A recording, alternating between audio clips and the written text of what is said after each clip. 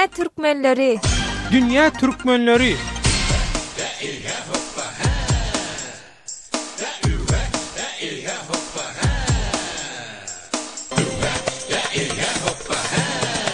Awganistanda 5 aprelde prezidenti Kemolayet Geňeşlikleri boýunça saýlawlar geçirildi. Saýlawlaryň ähli umumy netijesi henize çilli yglan edilmedi, emma berilen sesleriň diňe 10%-nyň esasında yglan edilen maglumata görä prezident saýlawlar boýunça Abdulla öňde barýar. Abdulla millet boýunça täjik, onuň bilen bilelikde öňe saýlanan dalaşgärleriň arasynda Eşref Gani bilen bilelikde Zulmay Rasul hem bar. Rasul we Eşref Gani ikisi hem Peştun milletinden, olaryň ornbasarlaryň arasynda Özbek we Hazara milletinden bolan ýolbaşlary hem bar. Her kandidat iki ornbasary bilen bilelikde saýlawlara gatnaşdy. Diňe kandidatlar der, olaryň ornbasarlaryň arasynda hem Türkmen milletinden bolan hiç kim ýokdy. Sanlary 3 milyon töwereg diýilip çaklanýan türkmenler dürlü toparlara bölünüp herisi bir kandidaty goldalar. Şu günkü gepleşigimizde şol saýlawlar we onuň netijelerini türkmenleriň nokta nazaryndan baha berýäris. Programmany Pragadaky studiodan men Muhammed Tahir alyp barýaryn. Bu barada pikir alışmak için dürlü kandidatlary goldap çykyş eden türkmen toparlarynyň ýolbaşlaryny çağırdyk. Olardan biri Abdullanyň tarapyny tutup çykyş eden türkmen siýasatçy we Awgan parlamentiniň öňki deputaty Haji Abdulwahap. Hajaga gepleşigimize hoş geldiňiz. Sağ bolun.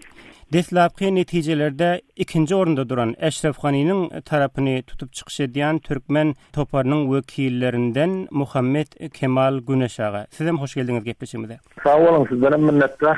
Beýleki mihmanymyz bolsa Haji Muhammed Ismail aga. Haji Muhammed Ismail aga kandidatlardan ýene biri Abdul Rasul Sayyabyň tarapyny tutup çykyş eden türkmenleriň wekillerinden. Haji aga, sizem gepleşigimize hoş geldiňiz. Hoş bulduk.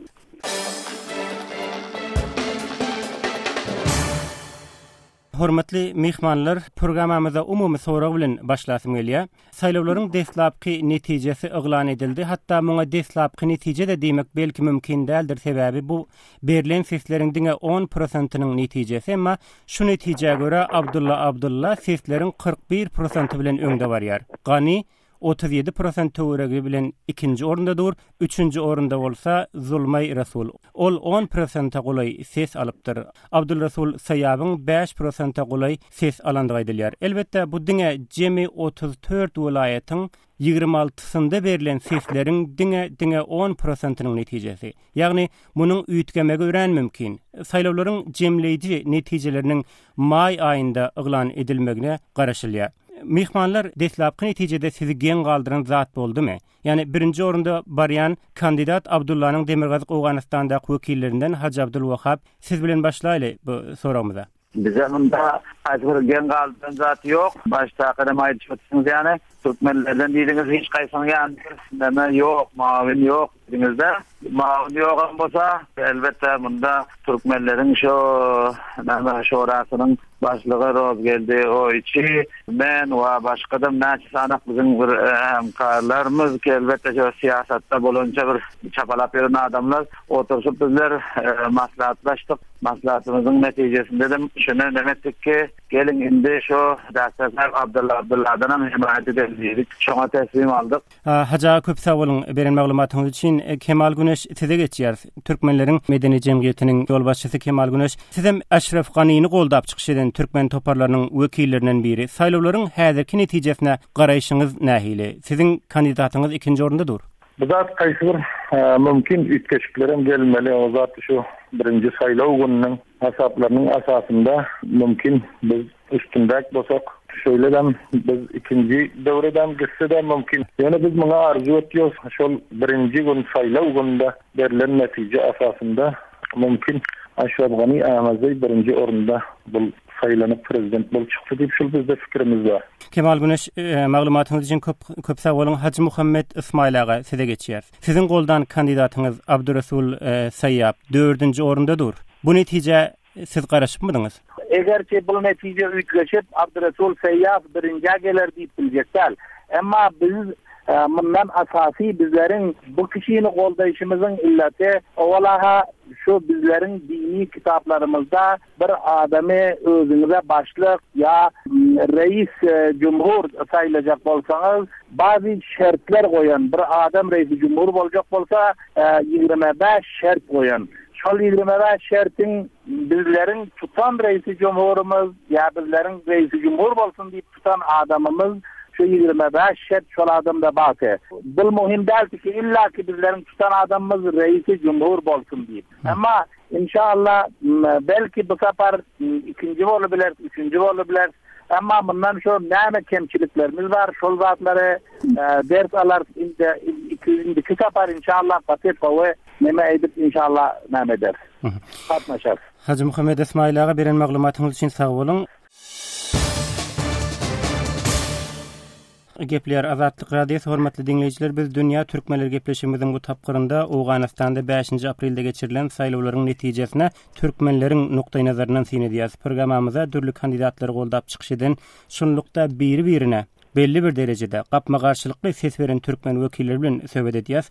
Hacı Wahab aga size gaýdyp gelýär. Siz türkmenleriň arasynda eýam synagdan geçen siýasatçylardan biri. Milli Meclisiň öňkü agzasydyňyz. 11 kandidatdan Abdullahny saýlamagyňyzyň sebebi nämedi? Doktor sahip Abdullah öňden bir siyasatda tanınan adam yankı Aysel İsmail ağaň aýdýany saýaby da biziň hormatymyz bar. Biz bile 15-nji ýylda biz bile wakalat etdik. Ýöne mollalarymız, ulamalar bile roşan pikirlerimiz bile bir nemeden bilek. Şolar bize maslahat geçirdik. Şu maslahatın asasında da şu doktor sahip Abdullah vakıen bir münasip bir insan deydi. Onun hem bir ictimai faaliyeti güýçli ve yanında da birinci orunbaşary injiner Muhammed Han biz bile bir döwre olam wakalatlyk başlap köp bir aram we bir zeminden bir ciddi bir insan Hacı Muhammed muhakkak hem şon yani bir insan adamı ki olarak ictimai payalary güýçli.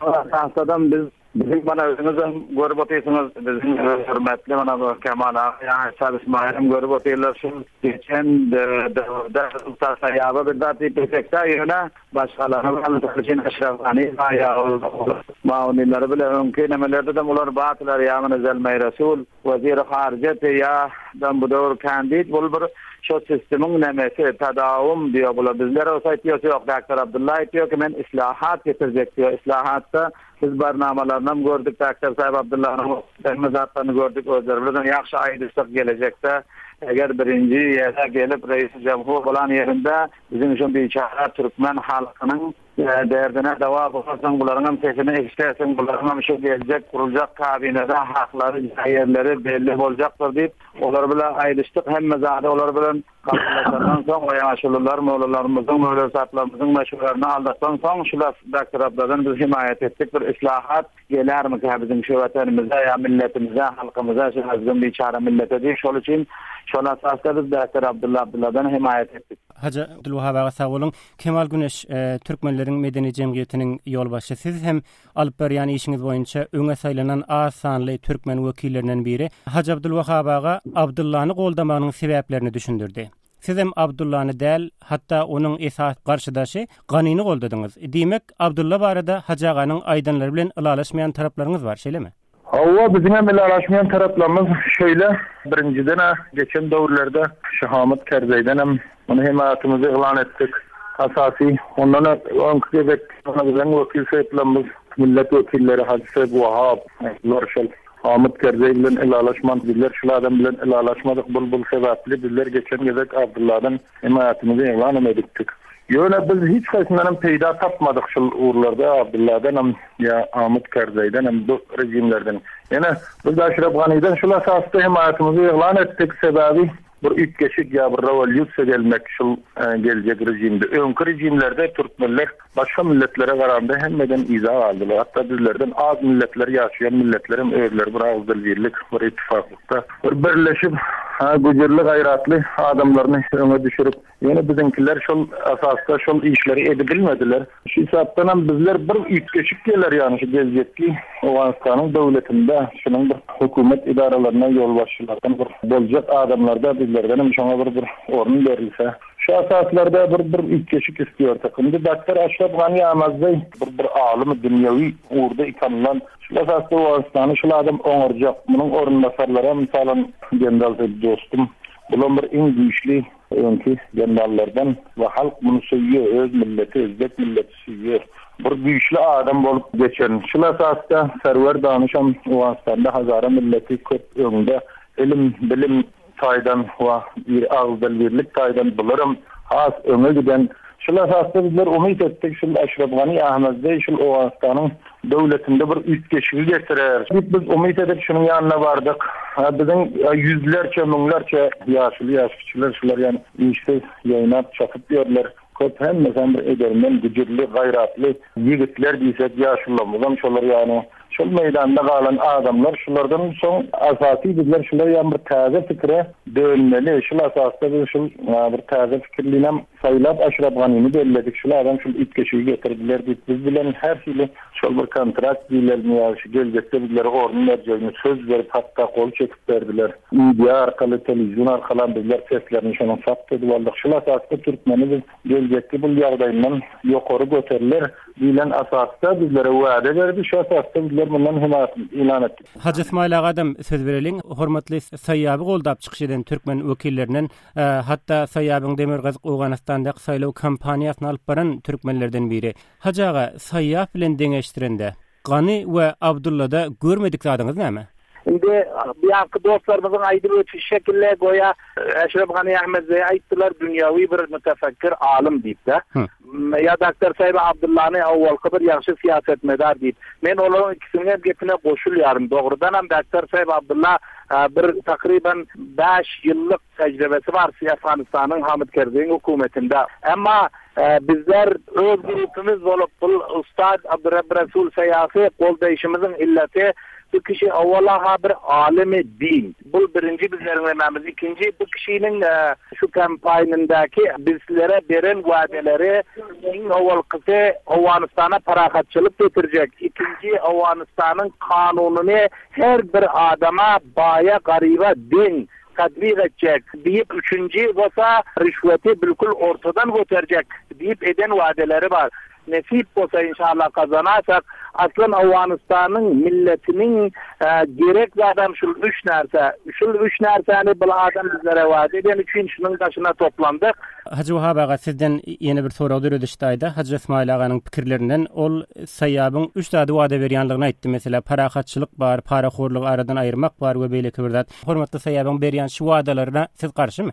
Yok, Muhammed'den karşıda bize baştan bizim şu ağımız söyle. Belki Dr. Abdullah'ın sözleri sözler, Dr. Abdullah'ın barnamalarını reytara beten vakit topalmayın dedim. Barnamalarında şu 3 ay diyon zadı dakikan var. Ondan sonra Türkmenler için yöri itadır ketteken bir adası var ki bizlerin mantakalarımızda, Demirgazyk vilayetlarda çok açık meydan yerlerimiz var. Hektar yerlerimiz var. Has birin vade şuluk geçiyor bizim su mevzu deydi ben halederliydi. Biz saýlawyň kampanya vaktinde ben Akça ulusu ağlarında kampanyada takriben bir 6.000 kişi var. Şonda hatta nemedet Bamyan'da da şöyle telefon arkalı sözler şu umumi şevaşarımın adamın önünde bizden yanımızda rekord bolan vade verdik ki şu iň bizden ketteken gynçylygymyz Türkmen halkları Demirgazyk vilayetinde mahsusan Jowzjan vilayetinde ayak ağrı kışlaklarında su yok. Şu su barada dedi benim Batım şu su gynçylyklaryňyza dedi men kömek çözüp berem diýip bize şonu wada berdi. Başga olaryň birin wagtlarken gerçi her bir kandidatlar kampanya wagtynda wadaları köp etýärler. Ýöne her halda wada berselerem bu döwür biz yankı dostlarımızın aýdyşy bizim ýaxşy şol wadalarymyzy pokta etdik bular biledi. Onu ýani bir ham söze giden ýok oturup aýdyşdyk hemme zatlary gynçylyklarymyza aýdyşdyk. Gelecekde kabinede haklarymyzy aýdyşdyk, mahalli hökümetlerdäki haklarymyzy aýdyşdyk. Şol asasda ýene kampanyalarymyzyň dogry her bir kandidatlaryň her bir şirin sözleri bolýar o kampanya wagtynda ýene wadalar Huda taala tawfik bersin.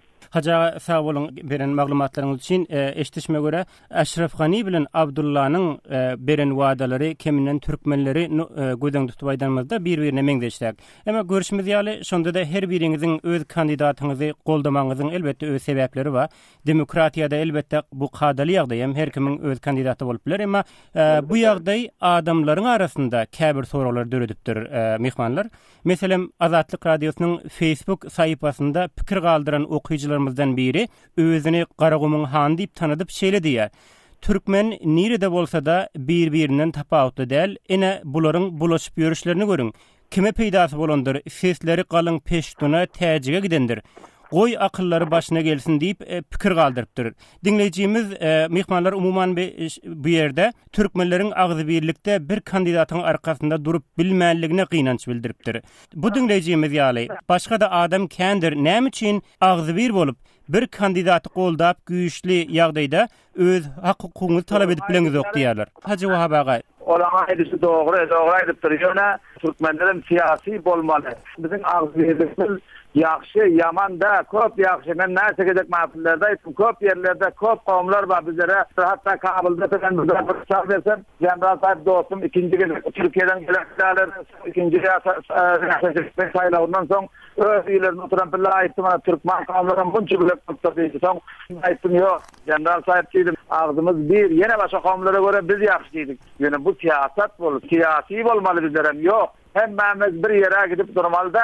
Kemal agyndy ýa-ni hajaganyň amaýdyşýalyk türkmenleriň agzy birlikde bilelikde bir kandidatyň arkasynda durup bilmänliginiň sebäpleri barada görüň edýärdik. Indi türkmenleriň mundan ozalky saýlawlarda hem 2 we 3e bölünenligini, şonlukda öz seslerini bir-birine garşy ulanan halatlarynyň bolanlygyny bilýäris. Netijesini elbetde siz bizden gowy bilýäňiz.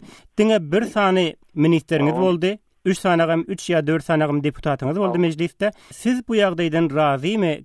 Türkmenleriň 3 4 5-e bölünip 5-6 sanag kandidatyň arkasynda durup bir-birine garşy ses bermeginden.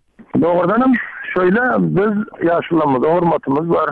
Ana Ajwa baga, İşan aga. Bunlardan gatwurmatymyz köp, birek-biregimiz dost gatnaşygymyz bar kaýsy. Da ýöne hususy herkiň şahsy öz pikirine göre şular ýan bir her kimde bir fikir bolmaly, düşünje bolmaly. Şoňa bizim geçmişdäki döwürdäki bolup geçen 10 ýyllyk, 14 ýyllyk hökümetde bize ýol başçylyk eden salan minister bolan ýa başga bolan ol adamlarym onçalyk bir mudiriyet edip bilmediler. Menejment ýa mudiriyet ýa muny edip bilmediler. Şu sebäpde bizler şol geçen gedekdäki hökümet ýol başçylarynyň narazy bolup bir Awganistanda bir asasy dünýävi bir ýetgeşik gelsin diýilen sebäpde şu ýolu tutduk. Ýöne biz bularyň pikirlerine garşy däl, başga halklaryň şu işleri edip berler. Hatda bir maşgaladan bir hojalykdan 3 jaýa baran adam bar. Aýsa bu dogry sözler. Şonam dogry şol munda türkmenleri direkt melamat etmegem gerekdir. Indi pikir, düşünje diýilen gep bar da her kim bir özüne laýyk düşünjesi bar. Bir tutýan ýolu bar. Yani bizlerin grubumuzda manşyan bir düşünjemiz şu Awganistanda bir ýetgeşik gelsin. Ana şu döwlet asasynda şu saýlaw, şu gelen kanun ki Awganistanda asasy kanun edildi. Her bir 5 ýyldan bir prezident saýlansyn. Biz şunu dowam bermäne şuna umydymyz bar, arzumyz bar. Dogry şunu gollaýar. Ýöne şunda bir hökümetçilik etýän ýa hökümet ýol başynda durýan adamlaryň işinde bir ýetgeşik gelmäni biz halýar. Asasda biz Aşraf Gany'dan himayet. Hacı İsmail ağa, indi türkmenleriň agzy birligi bilen baglanşykly mesele hakda görüň edýäris. Kandidatlardan biri saýaby goldap kampaniýa alyp bardyňyz. Siz häzirki netijäniň türkmenler üçin behbetli bolanlygyny aýdyp biljekmi? Hawa Qarang, eger Türkmen İslami Şurasynyň men rozgeldi oýçy rahberliginiň aslında bir toplaşyp geçiripdik. Kabilde Kemal Aganyň ýadynda bardyr. Şonda eger bizler cümle Türkmen, ähli Türkmen bolup birini tutsak bolsa, eger şol kandid aýdyp bolmaz ki, eger şo kandid ikincide galasa ýa üçüncide galasa, onda bizler bir meýdanda galan neme bolar. Ondan gelin bir näçemiz, Dr. Abdullany bir näçemiz, Eşref Gani Ahmedjey bir näçemiz, mesela Ustad Seýafi Türkmen tarapyndan baryp Türkmene näme berjek? Yani bir ýerde maňa näme berjek gurrundan Türkmene näme berjek diýen şeklinde bir sowaly neme edip, eger şunu bizler her birimiz bir kandidatın kaptalında dursak, her bir Türkmenin öňe düşenleri bir kandidatın kaptalında dursa, bu hiç wagt Türkmenin agzalarlygyny aýdyp bilmez. Belki Türkmeni her haýsy bir şakada direkt goldamaly bolan pikirde. Bizler asasy hem men Türkmen şuranyň Kabil boýunça orunmasary bolanym üçin menaha hiç bilen diýmeşwara tire taýt edip aýrylyşyp aýtmadym. Menaha Türkmenleriň bir bölümi bilen ýaşullar bilen öz garkyn Hamya Pakçanyň 7 sana kulusuwarlygy bilen bizler mesela Profesör Abdurrahman Sayyaf'ın yanına gidenimizin bir illeti şudur ki oyun Vakil Abdülvahap'ımız Gakkar Abdullah bile bolsun, Kemal ağamız Eşref Gani bile bolsun, ama bizler hem başka bir yoldan şunu tutup duralı deyip hiç vakt maksadımız ağzalalık değilse, maksadımız ağzalalık değilse. Onun için Türkmenlere yakşı olar mı kadip? Doğru. Hacağın neticede ses verilişik tamamlandı. Neticesi ulu ile behvitli bolsun diýmek galya. Emma şol bu wagtyň özünde hem her bir çäreden ädimden netije çykarylýar. Awganistanly türkmenler bu saýlawlardan nähili netije çykarmaly. Şu ýerde ýene bir okuyjymyzyň Azatlyk Radiosynyň web saýpasy azathabar.com-da galdyran pikirlerinden birini siziň dikkatiňize ýetirmekçi. Okuyjymyz özüni Murat diýip tanadyp şeýle bir pikir galdyrdyr. Ýani bu okuyjymyz belli bir derejede size ses verenlerden biri bolmagy mümkin. Kandidatlaryňyza ses verenlerden biri bolmagy mümkin. Sebäbi ýagdaýa gowy düşünýän okuyjymyza meňdiýär. Ol öz tesbirinde şeýle diýär. Howa Gunduzdaklar Karzaýyň ýygyna düşdiler. Jowuzjandaklar Gany diýdiler. Mazardaklarym Abdullanyň ýygyna düşdiler. Zulmay Rasul diýenlerim boldy. Türkmen diýen bolmady. Netijesi näme? Hiç birim gazanmady. Türkmen utuldy diýip öz pikirini galdyrdyr. Howa Hacı Wahap aga, siz saýlawlaryň häzirki netijesi barada berilen bu baha bilen ilalaşýaňyzmy? Yok, Türkmen hiç utulan yok. Türkmen utuldu diýip aýtýarlar. Kimler top öňlerinde dünýädeki ýerde şartlar safasyp ýazmak ýaman aňsat. Ýöne şonu amelde şu Türkmen için bir hareket etmeklik çok bir gynýyş. Bizler meni Jowzjan ulayaty boýunça Dr. Abdullah'ın kampanya mesulü taýip baş gomşy ulayatda ýaşaýarlar hemmeleri bileşip şonda bizatlarki halen geçen netijemizden belli-de ýöne kampanya etmege maksatda halklar raý almak maksatda aňsady işte ýöne ýazmak aňsatlyk bir aňsat minädeki ýazýarsyň goýýarsyň ýöne Türkmen utulan ýok, inşallah Türkmen utar. Utaram yeni bir maýtýan ki öňem ýangysyň bir aýdypdyr Kemal aga berenmemäňizde bu döwür ki ulusy ýerge gelen wakillerimizde ýa ulusy ýergäniň bizleriň millet wakilleri çykarsyňyz barada doğrudan hem o agynanýan biz öten geçen döwür biziň döwremizde 4 millet wakillik ýöne gördüğümüz bir ağzı bir yerde hatta şu ulusy ýergäniň arkasynda bazı dostlarymyzdan gören ýen sesinde golaýdan uýun bardy direkt kilgeldiňizde nanyman garaşyp oturýarsyk ýöne bu gezek biz gördüğümüzü 6 ya 4'ümüzü 8'ler getirsek ama bana şu geçen döwürde de biz gördüğümüz 3 boldy. Ama men gaty ýynanýan ulusy ýergäniň meselelerde ýöne o adam Türkmenlerimiz indi bir ona giden başka kendiler başkana bile raý berip Türkmen hiç utulan yok. İnşallah da utulmazam. Ama belli de kaysın ne olacak ýöne näme diýär? Nämeden belli şüphelleki o antisetten o girişinden belli.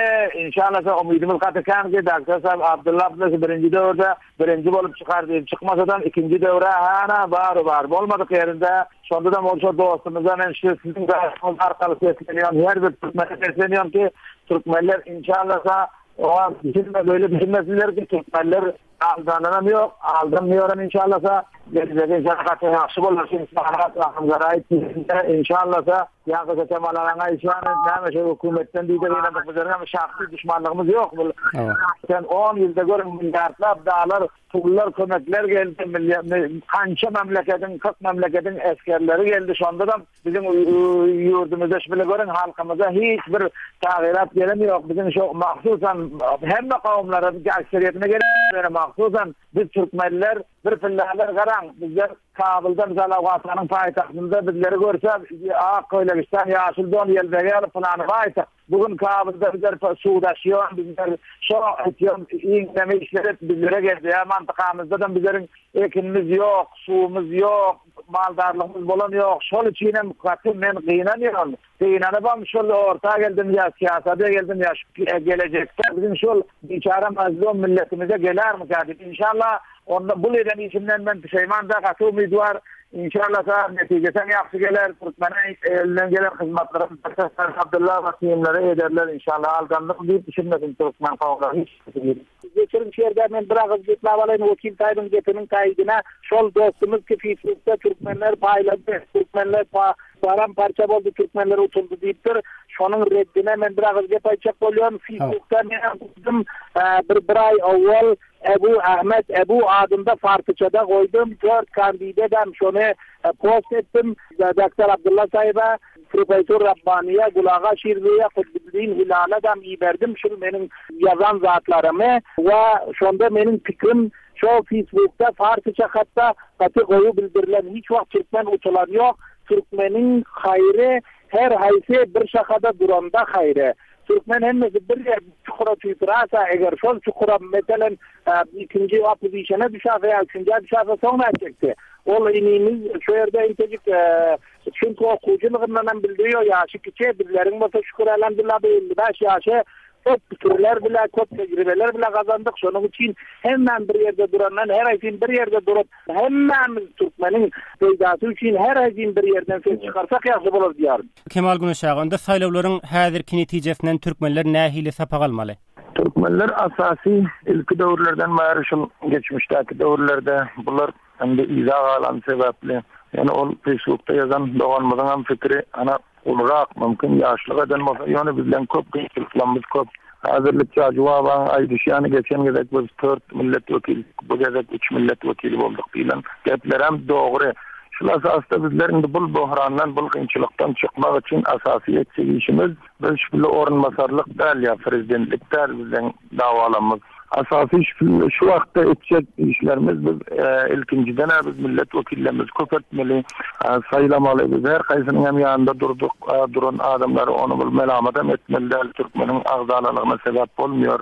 Mümkün ağızlı birliğine sebep olsa yöne biz şu Aşraf Gani'nin alan raylarına ya bunun ya Demirgazık vilayetlerinde Gündoğu'da, Günortada ya Günmatar'da alın bunun raylarına biz onu yakından katnaşımız var sorap duruz. Bu yaxşı yöne 10% bu demelere biz onca bir nemedüğüm duramız yok. Bize kayısı olandan biz ona karşı değil. Biz bizim her kimin özüne layık bir fikri var. Şol fikirde endi bir şu iş için esası hemmemizin maksadımızdan Türkmenleri bir ağızda bir edip şulardan bir yol başı saylamak için, şulardan bir milletvekillerini çıkarmak için, şular aladan ediyorlar umum bahvitli işler için. Şuna esasdan benim fikrimce bizim doğru yol tutan mümkün olurun yanında öz yanlarında şuların alpariyan veriyen vadeler esasında doğru olsa onun için Türkmen ağzalı olabilmez. Biz şu kıyınçılıklardan çıkarmak için asasiyen ne işleri etmeli. Biz milletvekillerimizi köpeltmeli. Şonda biz gelecekte sayılavlarından orunmasar olup ya prezidentlik uğurdan o hastanın yaşayış hayatı olacak olacak. Şol asasi kanun bizlere hukuk veren biz hatta prezidentliğen özlemiz sayılabileceğiz. Şondan bu asasi gep şol özlemizi güçlendirmekte. Bizler bir ağızdan bir olup güçlenip şu bir edermen adamlarımız yüze çıkarıp milletvekillere sayılap okulu yaşlanmalı bir işe koyup iktisadi taydanım güçlenebilsek, başka milletlerin katarına koşulabilsek, bizde gücürlü, gayratlı edermen yaşı gitlerimiz hem köp, yaşlılığımız hem köp. İnşallah bunda men Türkmen'e otuldu deyip bunu hasaplamıyor. Hormatly dinleyijiler, Dünya Türkmenleri gepleşimiziň nowbatdaky tapgyrynyň soňuna geldik. Programmamyzyň bugünkü sanynda Awganystanda 5-nji aprelde geçirilen saýlawlaryň netijelerine bu ýurtda ýaşaýan türkmenleriň nukdaý nazaryndan synetdik. Gepleşigimize ýakynda geçirilen saýlawlaryň kandidatlaryny goldap çykyş eden türkmen wekillerinden Abdullah'nyň tarapdary hem Milli Mejlisiň öňki deputaty Haji Abdulwahap, Aşraf Gani'nin tarapdary hem türkmenleriň medeni jemgyýetiniň ýol başçysy Kemal Güneş saýlawlarda beýleki bir kandidat Rasul Sayyabı goldap çykyş eden türkmenleriň wekili Haji Muhammed Ismail bilen giňiş gurrun etdik. Programmany men Muhammed Tahir alyp bardym. Hormatly mehmanlar, programmamyza gatnaşyp öz pikirleriňizi aýdanyňyz üçin, dinleyijiler bizi dinleýäniňiz üçin minnetdar, köp sag bolun. Bu programmany Azatlyk Radiosynyň efir tolkunlary bilen bir hatarda web saypamyz azathabar.com arkaly ya Facebook saypamyz arkaly hem dinläp bolar. Facebookdaky adresimiz Azatlyk Radiosu. Eger gepleşigimizi internet arkaly Türkmenistandan dinlemek isleýän dinleýijilerimiz bolsa, olar azathabar.com saypamyz ýurduň içinde petikli bolanlygy üçin derweze.net ya ojak.org adreslerinden peýdalanyp web saypamyza girip hem gepleşiklerimizi dinläp bilerler. Häzirlikçe hoş sag bolun. Üstünlük hemraňyz bolsun.